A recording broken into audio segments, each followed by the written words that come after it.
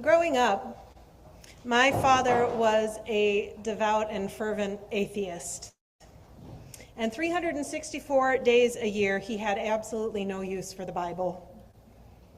But on the 365th day, Christmas Eve, he absolutely insisted on reading Luke 2, verses 1 through 20, in the Christmas Eve service that our fellowship held every single year.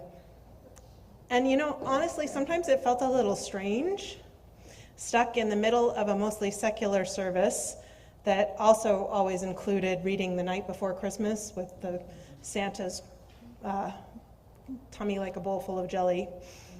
But my dad, in his prime, was a force to be reckoned for him. And for him, it wasn't Christmas unless he read Luke.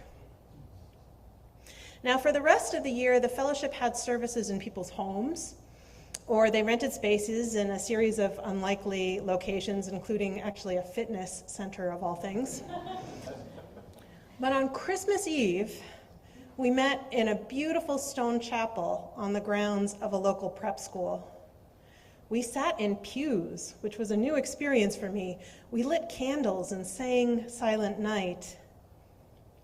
And so I grew up holding this question: what was it about this particular holiday, this particular story, that inspired the adults who raised me, my parents included, to push through their religious trauma, to set aside their cross cringe, in order to share their old traditions with us, their children?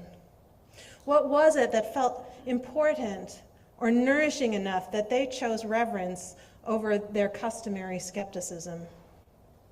I wonder if their answers might have sounded somewhat similar to what you would say if I asked why you came here tonight.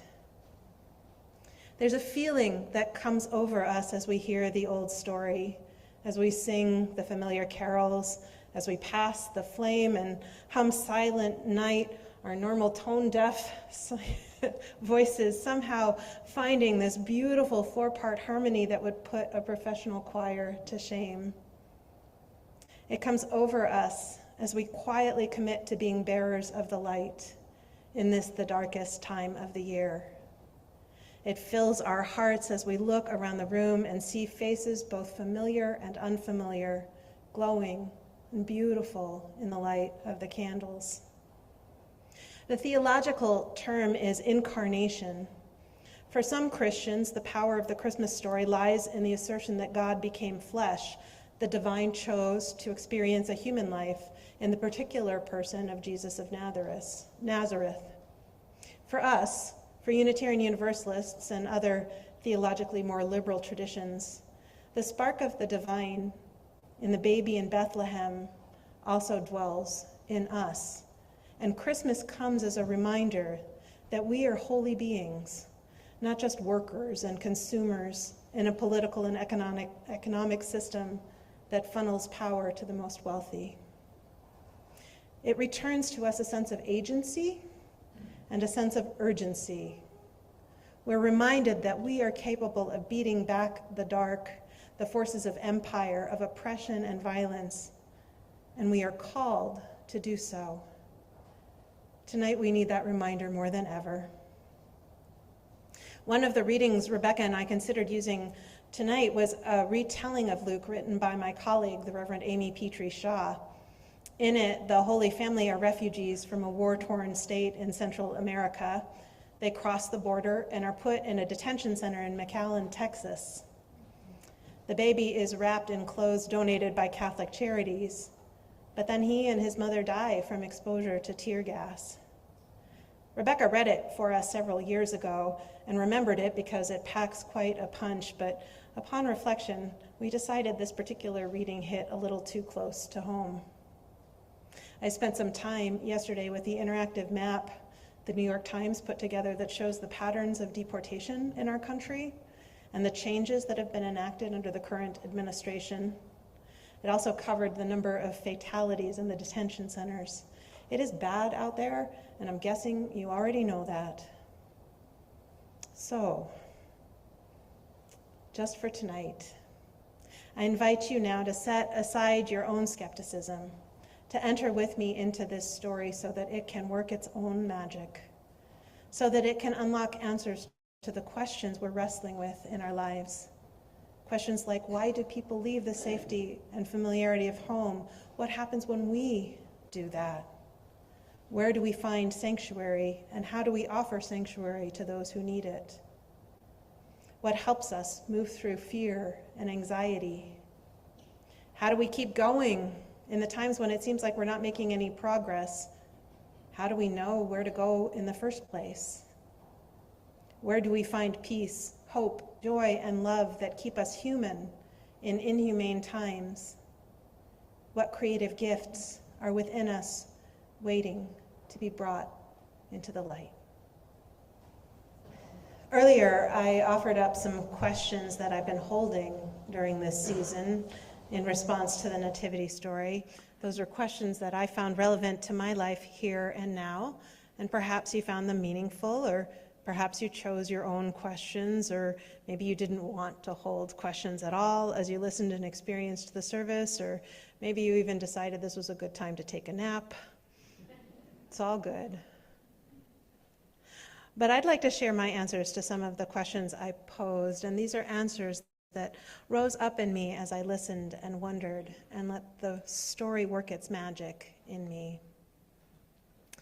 Leaving was easier when I was young and eager to make my way in the world. I found as I've gotten older, change has gotten harder. As Tony Robbins puts it, we only leave the safety and familiarity of home when the pain of staying the same is greater than the pain of change. We leave so many things in our lives, places, yes, but also relationships and jobs, whole careers, ways of being and doing things.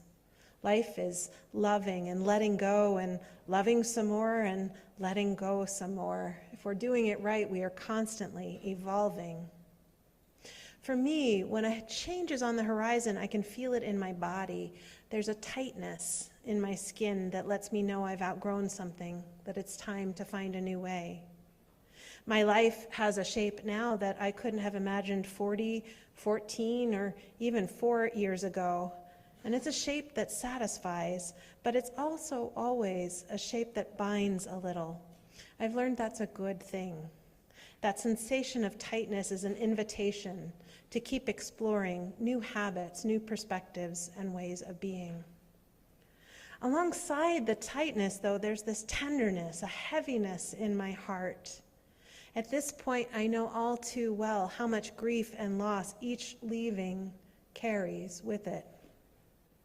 I know that transitions push me into the neutral zone, a chaotic and uncomfortable place in between two realities. I don't like the neutral zone. And yet, I also know that I've survived loss and change and transition before. I know it's an inevitable part of life. I can even acknowledge that at any given moment, there are things I'm leaving behind, things I'm growing into, and discomfort as I navigate the space in between. Most importantly, though, I've learned that I can trust love's call. No matter how hard it seems and no matter how reluctant I might be to change, when I've been faithful to my journey of learning and becoming, that journey has nourished and sustained and rewarded me over and over again. There's such a huge difference, though, between leaving because we choose to leave and leaving because we are forced. The changes that are forced upon us are harder to recover from. Shedding old skin is painful, but that pain is nothing compared to being ripped open by circumstances. The fact that our government is deliberately ripping apart communities and families and lives makes me sick. It also inspired me, as I know it inspired many of you, to think and think hard about what I'm willing to do to protect my neighbors. First, they came for the immigrants, and I spoke up because I know the rest of the poem. We've talked as a church about what it means to be a sanctuary. We learned that there are 2 levels. Level 1 sanctuaries actually house people who need a safe place to be that has some legal protections. Level 2 sanctuaries provide support to Level 1 sanctuaries. I think, were there a need, we would open as a Level 1 sanctuary. I know that in the past few years we've done a fair amount of Level 2 work, sending funds and care packages to places offering shelter from the harshness of current policies, both on immigration and reproductive health care. I also know that we as a community are committed to the internal work that transforms our spirits and helps us move in the world as living sanctuaries, a safe space for people to land. We've learned and keep learning how to regulate our emotions. We've learned and keep learning how to co-regulate with folks who are traumatized. We know that when we do the work, people experience us as compassionate, steady, safe, trustworthy. As a community, we become sanctuary by staying faithful to our values, by finding and choosing the most loving response over and over again. Oh, prepare me to be a sanctuary, strong and loving, tried and true, and with thanksgiving, I'll be a living sanctuary for you. I attended a dinner in September for University of Idaho students, co-sponsored by the Human Rights Commission and the Human Rights Task Force. And we asked the students what makes them feel welcome in Moscow, and then what we as community members could do better, especially in the wake of the closure of the DEI spaces and programs. My table, which was made up mostly of students who were trans, non-binary, and or genderqueer, talked a lot about the importance of third spaces that felt safe to them, restaurants and stores that flew the rainbow flag or put up affirming signs. And it might have been because they recognized me, but the UU Church was at the top of the list. That doesn't happen by accident, and it's not just about the rainbow flag. It happens because queer people who are part of our community have been honest and vulnerable, have been willing to share who they are and what they need. It happens because the people around them have been willing to listen and learn, and most importantly, to change. When I realized that more than half of our high school aged youth identified as genderqueer, I didn't go through proper channels. I didn't run it by the board. I just ordered a bunch of pronoun ribbons. And I told everybody that they had to add them to their name tags.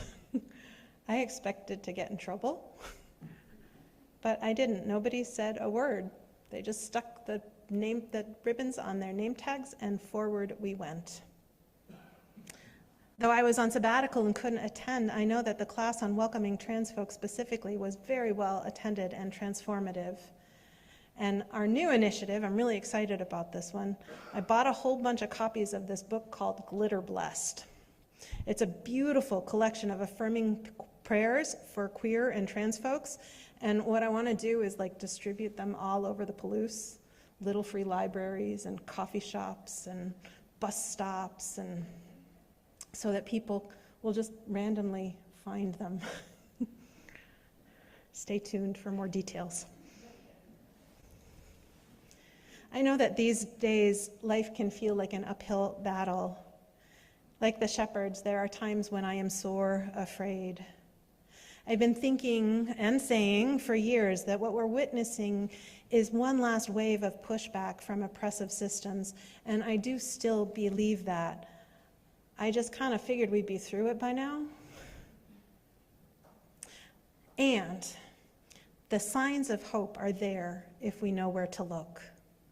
While there are definitely people who seem to be spineless or possibly entrenched in a biased worldview, basic human decency is asserting itself. It took longer than I would have liked, or longer than I would have thought possible, actually, but I do believe the tides are turning. And maybe I'm wrong. Maybe I still see the world through rose-colored glasses, but you know what? It's a choice to see the world through rose-colored glasses, and it's one that keeps me from sinking into despair or apathy. Also, it's hard not to be optimistic when I get to keep company with people like all of you. people who are good and kind and generous and thoughtful, people who care deeply and find the courage to do the right thing over and over again. So here is my prayer this Christmas. May we be reminded this night to trust the call of love that beckons us forward. In the year to come, may we embrace our own wisdom and our capacity for change. May we find stillness and rest when we need it, so that we can stay strong and brave and clear. May we know when and how to act in ways that embody our deep values and make them more real in this hurting world. May we serve as living sanctuaries, offering a safe, compassionate, and trustworthy presence for all who are weary, marginalized, or in need of care. May we never doubt that we carry a spark of the divine, and may we never forget that everyone else does too. May this night, this ancient and familiar story, this beautiful and beloved company, rekindle our spark, that it might keep us warm and guide our path as we journey into an unknown future. So be it, and blessed be.